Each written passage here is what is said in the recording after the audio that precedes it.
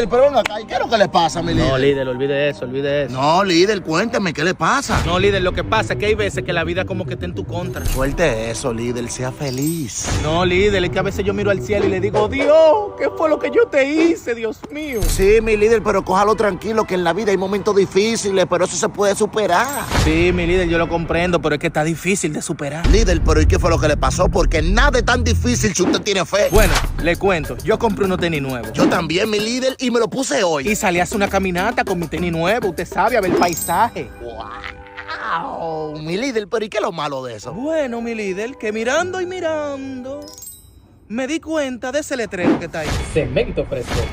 ¡Coño, mi líder! Pero mi tenis era nuevo. ¡Y lo mío no! ¡Coño! ¡Y lo mío no! ¡Verdad, ¡Ay, yo le verdad, estaba líder! diciendo que no viniera y usted vino! ¡Es que usted es muy curioso!